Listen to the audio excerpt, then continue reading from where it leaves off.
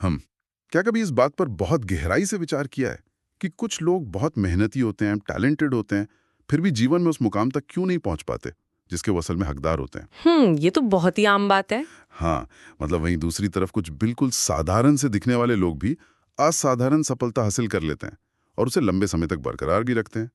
तो क्या ये सिर्फ किस्मत का कोई खेल है या या? फिर हमारी रोजमर्रा की छोटी छोटी आदतें। बिल्कुल, जिन पर हमारा अक्सर ध्यान भी नहीं जाता। आज की इस गहरी चर्चा यानी इस डीप डाइव का मुख्य विषय यही है। हम महान रणनीतिकार आचार्य चाणक्य की नीतियों और उनके प्राचीन दर्शन का एक बहुत ही आधुनिक विश्लेषण करने वाले हैं। और यहाँ शुरुआत में ही यह स्पष्ट करना बहुत जरूरी है कि ये कोई आधुनिक मोटिवेशनल स्पीकर की बातें या इंटरनेट पर मिलने वाले टिप्स नहीं है। हाँ हाँ, ये हजारों साल पुराना जीवन प्रबंधन का विज्ञान है। बिल्कुल।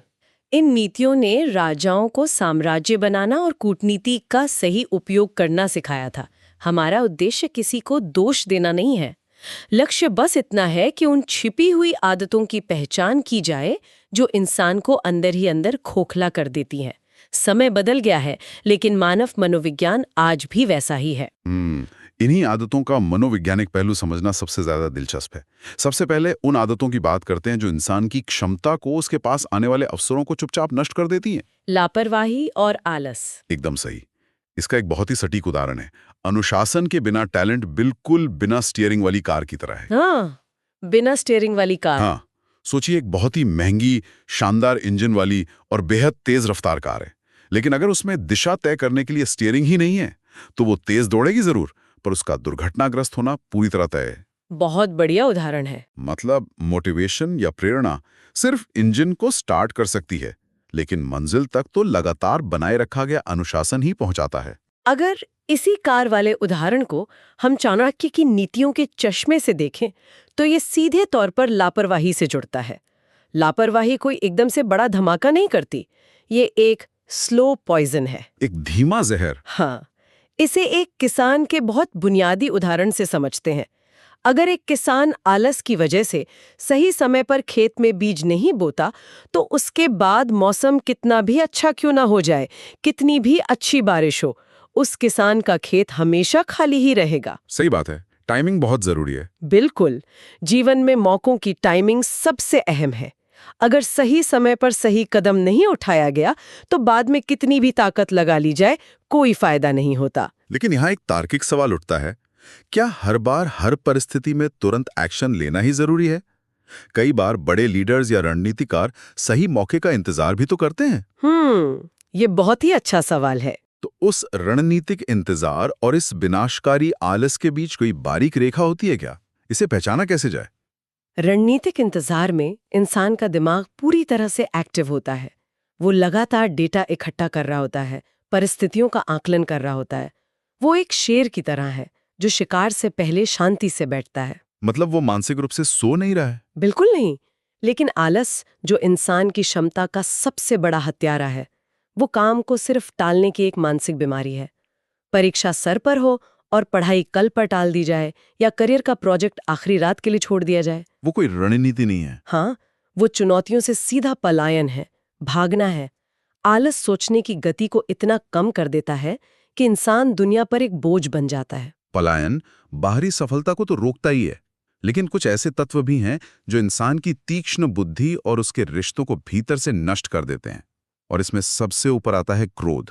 गुस्सा। हाँ, आज के कॉर्पोरेट जगत में तो क्रोध एक इंस्टेंट डिस्ट्रक्शन बटन है। मान लीजिए दफ्तर में किसी कर्मचारी को बॉस से डांट पड़ जाती है, जो कि बहुत आम है। हाँ, अब अगर वो इंसान तुरंत गुस्से में आकर कोई आक्रामक ईमेल भेज दे या सबके सामने पलटकर तीखा जवाब दे दे, तो नौकरी तो जाएगी ही, सालों की बनाई हुई छवि एक पल में खाक हो जाएगी। ऐतिहासिक रूप से भी ये बात 100% सच है। चाणक्य नीति कहती है कि क्रोध रणनीतिक सोच का सबसे बड़ा दुश्मन है। लॉजिक खत्म हो जाता है। एकदम। जब कोई शासक अत्यधिक क्रोधित होता है, तो वो दूरदर्शी निर्णय नहीं ले पाता। वो तीव्र आवेग में ऐसे त्वरित फैसले लेता है जो साम्राज्य के पतन का कारण बनते हैं।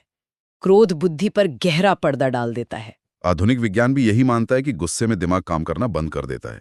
और इसी क्रोध का एक करीबी साथी है अहंकार, एक साइलेंट डिस्ट्रॉयर। खामोश हत्यारा। अहंकार में तो ये बात साफ दिखती है कि ये ज्ञान और प्रगति को रोक देता है।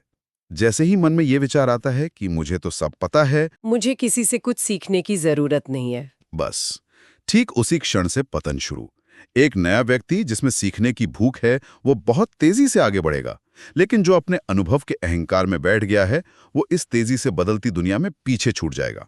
अहंकार की सबसे बड़ी समस्या ये है कि ये इंसान के भीतर ब्लाइंड स्पॉट्स पैदा कर देता है, ऐसे अंधे मोड़ जहां उसे अपनी कमियां दिखना बंद हो जाती हैं। उसे लगता है वो कोई गलती कर ही नहीं सकता। और फिर वो अपने आसपास के उन संकेतों को नजरअंदाज कर देता है जो बड़े खतरे की चेतावनी दे रहे होते हैं। और जब अहंकार और क्रोध मिल जाते हैं तो मुंह से केवल कड़वे शब्द निकलते हैं। कड़वे शब्दों का प्रभाव बहुत गहरा होता है।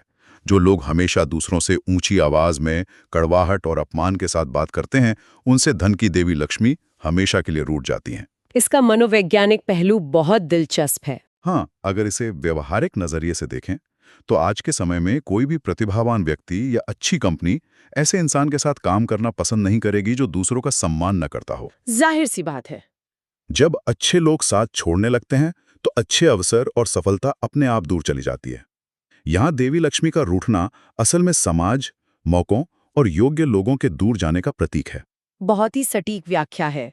जब बुरे व्यवहार के कारण योग्य लोग दूर हो जाते हैं तो जीवन में एक बड़ा शून्य आ जाता है और इसी खालीपन से बाहरी बुरे प्रभावों की एंट्री होती है। इंसान किन लोगों के साथ समय बिता रहा है, इसका बहुत गहरा असर पड़ता है। गलत संगत का असर। पर यहाँ एक बात आती है कि अगर कोई मानसिक रूप से बहुत मजबूत है, क्या फिर भी गलत संगत असर करेगी? बिल्कुल करेगी। इसे एक बहुत ही शानदार उदाहरण से समझ सकते हैं। इत्र और कचरे के ढेर का उदाहरण।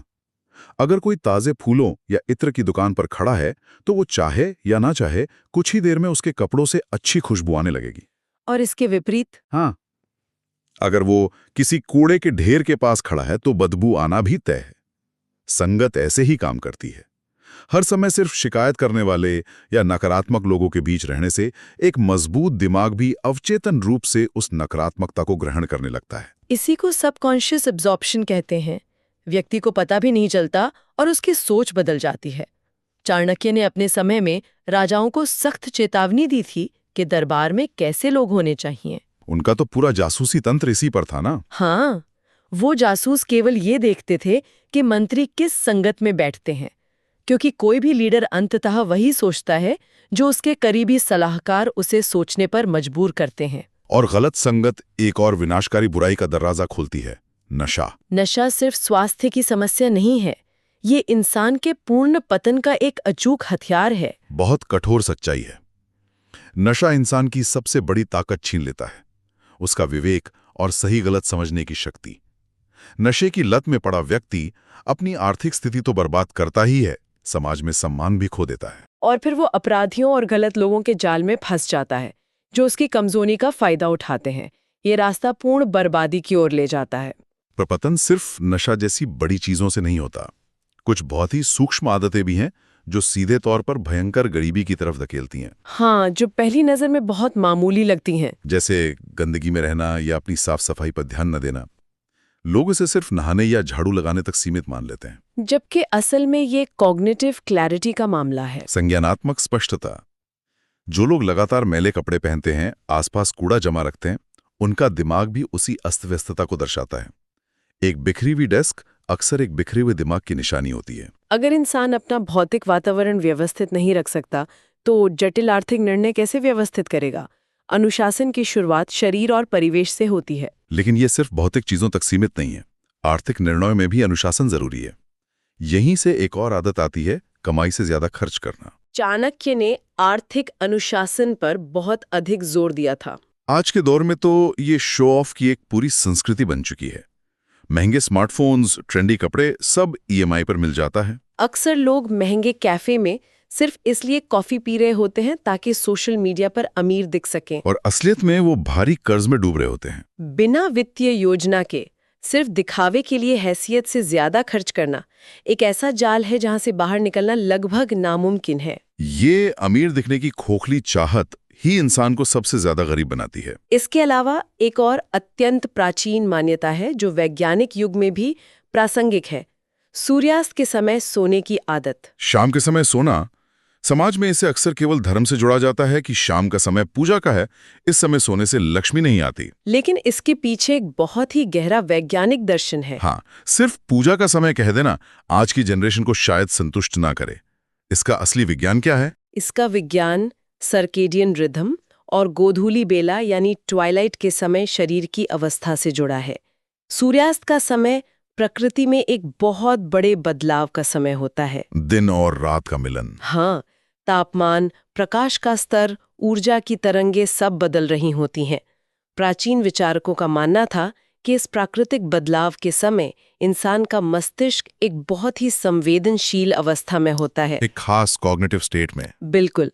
ऐसे समय में आलस करना या सो जाना शरीर की प्राकृतिक बायोलॉजिकल घड़ी को गड़बड़ा देता है। जो व्यक्ति दिन के इस इतने स्पष्ट बदलाव को सक्रियता के साथ नहीं जी सकता, वो जीवन में अचानक आने वाले आर्थिक बदलावों को कैसे पकड़ेगा? अरे वाह, ये तो बहुत ही तार्किक नजरिया है। मतलब इसे आलस्य की चरम सीमा माना गया है। और इसीलिए इसे गरीबी को बुलावा देने वाली आदत कहा जाता है। इन सब बातों को सुनकर एक बात बहुत साफ हो जाती है। दुनिया के बेहतरीन संस्थान हमें कोडिंग सिखा सकते हैं, व्यापार की रणनीतियां सिखा सकते हैं, लेकिन खुद के मन को कैसे संभालना है ये कोई कॉलेज नहीं सिखाता। बिल्कुल नहीं। बिल्कुल। डिग्री से कॉर्पोरेट सीढ़ी चढ़ी जा सकती है, नौकरी मिल सकती है, लेकिन जो असली सम्मान है, सच्चा नेतृत्व है, वो मजबूत चरित्र से मिलता है और वो रातों रात प्रकट नहीं होता। वो रोजमर्रा की छोटी छोटी आदतों से घड़ा जाता है। और ज्ञान का असली मूल्य भी तभी है जब उसे जीवन में लागू किया जाए। इन सब बातों से कुछ बहुत ही व्यावहारिक उपाय निकलते हैं जो हम असल जीवन में कर सकें। हाँ, एक बहुत साधारण लेकिन प्रभावशाली उपाय है।